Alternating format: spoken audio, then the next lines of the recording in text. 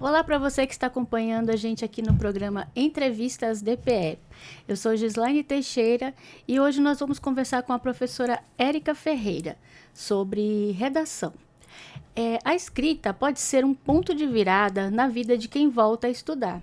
Neste episódio, a professora Érica Ferreira vai compartilhar sua experiência com o concurso de redação da Defensoria Pública de Roraima, que ela acompanha desde 2022. No ano passado, ela orientou alunos de uma escola que foi premiada e hoje, atuando na educação de jovens e adultos, enfrenta o desafio de motivar estudantes que carregam histórias de abandono escolar, baixa autoestima e superação. A conversa trata da importância de acreditar no potencial desses alunos e de como concursos como esse podem fortalecer a confiança e o pensamento crítico. Nós vamos falar também sobre a edição 2025 do concurso, que tem o tema de 25 anos da Defensoria Pública do Estado de Roraima. Seja bem-vinda, professora Érica. Muito obrigada por essa oportunidade. Estou muito feliz de estar participando aqui com vocês nesse bate-papo. Professora, como que surgiu o seu primeiro contato com o concurso de redação da Defensoria em 2022 e o que te motivou a envolver os alunos? Bom, o meu primeiro contato surgiu a partir de pesquisas, né? Eu mesma pesquisando e sempre procurando incentivar meus alunos e fazer com que eles participassem desses certames, porque eu acredito que escrever é uma forma de poder, né? Uma forma de dialogar com o mundo, de ter ali uma perspectiva sobre o tema que está sendo tratado. Então, assim, eu vi no concurso da Defensoria esse potencial, porque aborda situações da sociedade real, né? Problemas, enfim. Então, eu fiz com que os meus alunos participassem, né? A gente faz essa seleção dentro da própria escola e ali, nós, professores de português, a gente tem esse trabalho de juntar e selecionar aquele texto que a gente vê que está mais elaborado.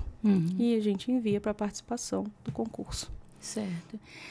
Na época em que você atuava no Colégio Militar, qual foi a reação dos alunos quando você convidou eles para participar do concurso com a temática cidadã? Os alunos, eles sempre interagiram de forma, assim, muito ativa, né?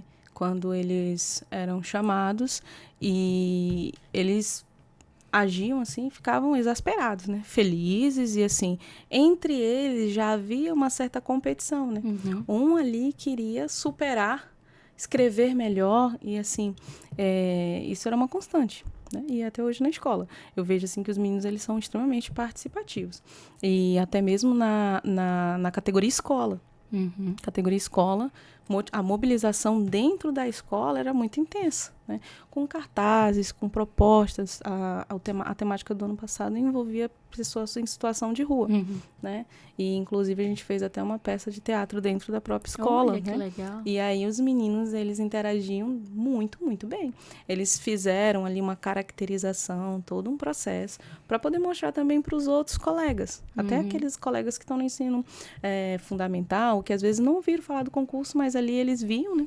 E então a gente tentava, de alguma forma, propagar dentro da escola a temática em si.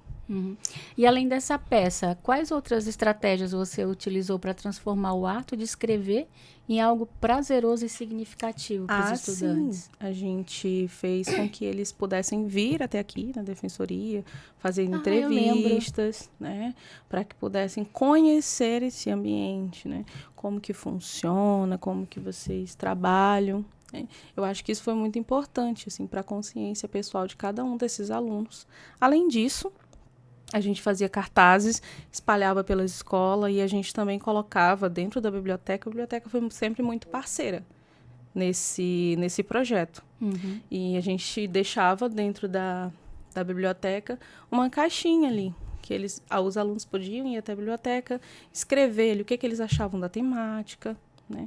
O que eles achavam que podia ser abordado, os outros alunos, porque às vezes tem aquele aluno que ele não quer participar do concurso em si, né? Escrever a redação em si, mas ele quer dar a opinião dele, e a gente abria isso para os nossos alunos. E hoje você atua na educação de jovens e adultos, né? Como foi essa transição pessoal e profissional para uma nova realidade de ensino? Sim, eu atuo, né, na educação de jovens e adultos e também com a educação regular, porque à noite nós também temos o ensino regular normal. Então, eu tenho alunos ali da mesma faixa etária dos alunos que estão estudando de dia, porém, eles estão à noite porque às vezes têm um trabalho, ou às vezes tem alguma dificuldade de locomoção, que às vezes só pode à noite, né? E esse processo de transição foi um processo que eu posso dizer desafiador. Essa é a palavra, né? E para todos, eu falo isso do meu coração. A gente tem problema em várias situações.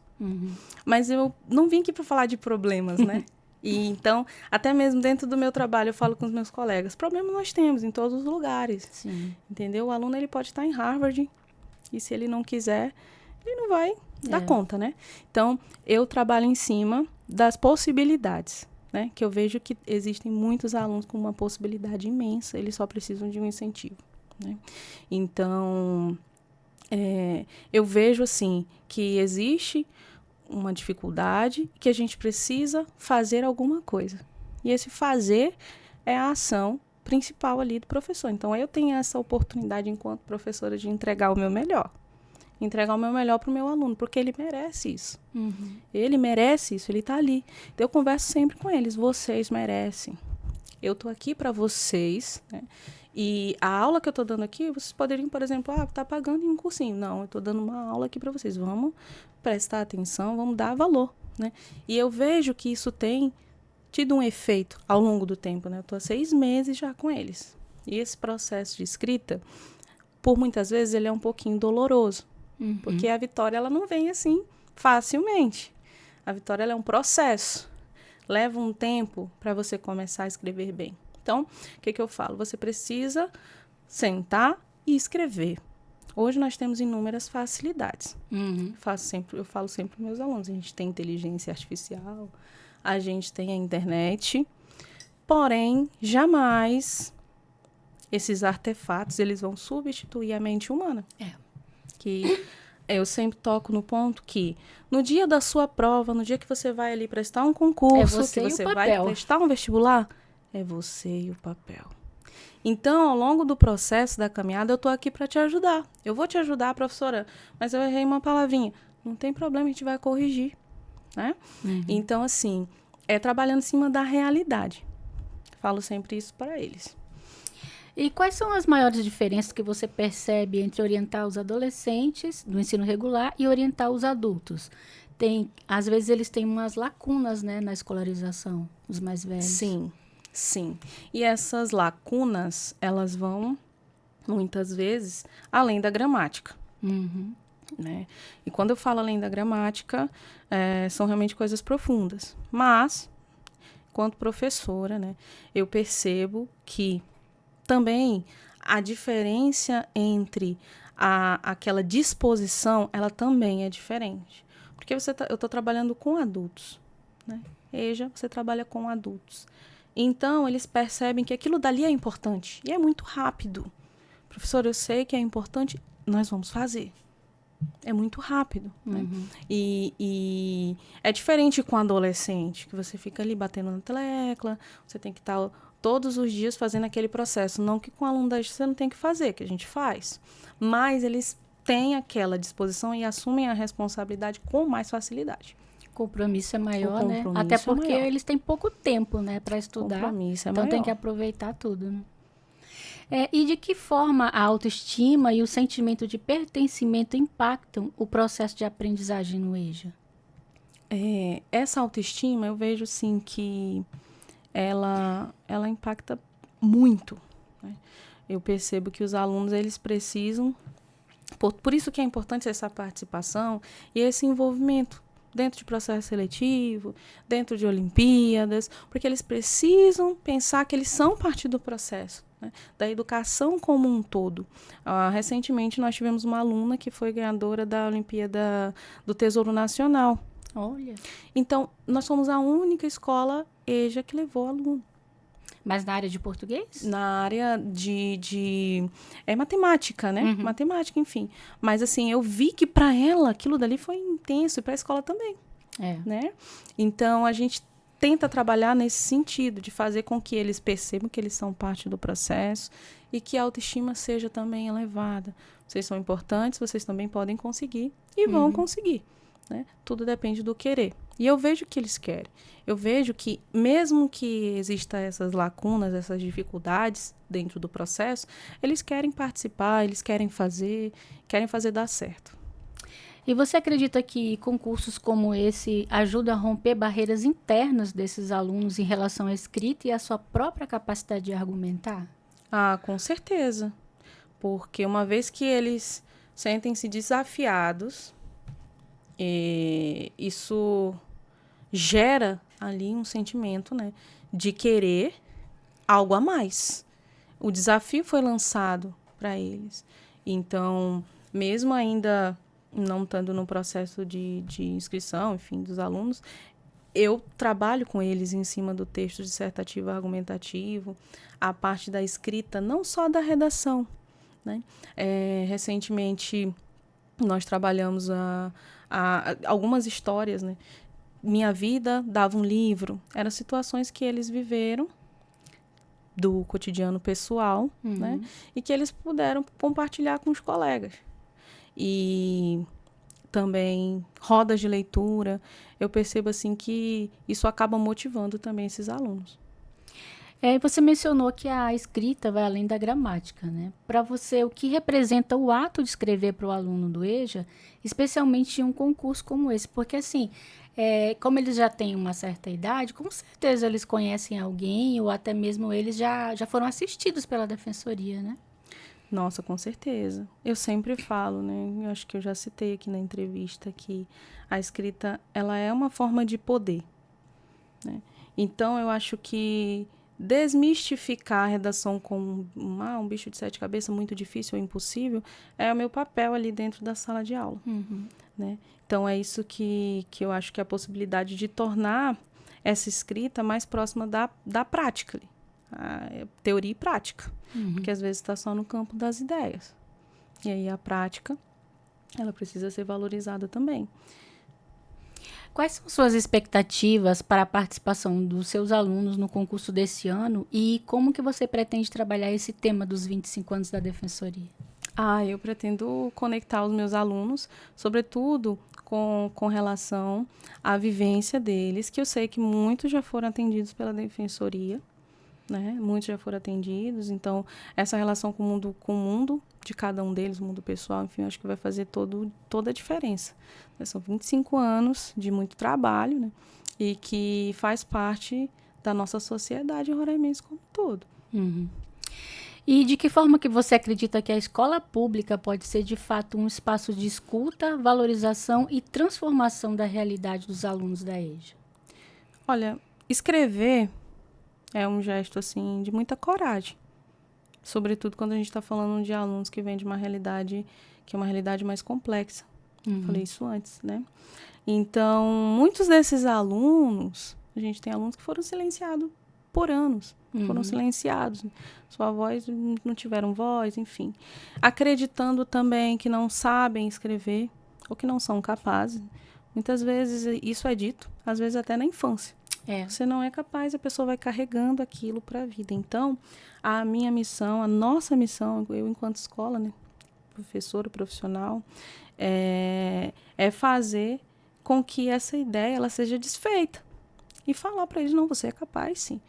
Eu sempre pergunto para os meus alunos, você quer? Então, você vai conseguir. Se você quer, a gente vai fazer isso acontecer. Então, vamos abrir os caminhos, tentar as ferramentas que nós temos aqui, vamos trabalhar dentro dessas ferramentas, né? E com o seu esforço e a minha vontade de fazer isso dar certo, né? A gente vai fazer com que você seja valorizado, né? E que seu, como sujeito no mundo, sua história também seja vista. E a gente sabe que agora praticamente todos os concursos pedem redação, né? Tem o Enem, tem vestibular, tem a própria escola mesmo. Você pode dar dicas para as pessoas, para quem não vai participar do concurso de redação, né? Mas para uma boa redação no geral, passo a passo, como fazer? Com certeza, com certeza. Eu sempre falo para os meus alunos, fiquem atentos a tudo que vocês veem e ouvem. Professora, mas como? Uma música que você ouve, ela pode ser um repertório para dentro da tua escrita. Uma série que você assiste, às vezes aquela série mais improvável, ela pode ser classificada, ela pode ser colocada dentro de um texto.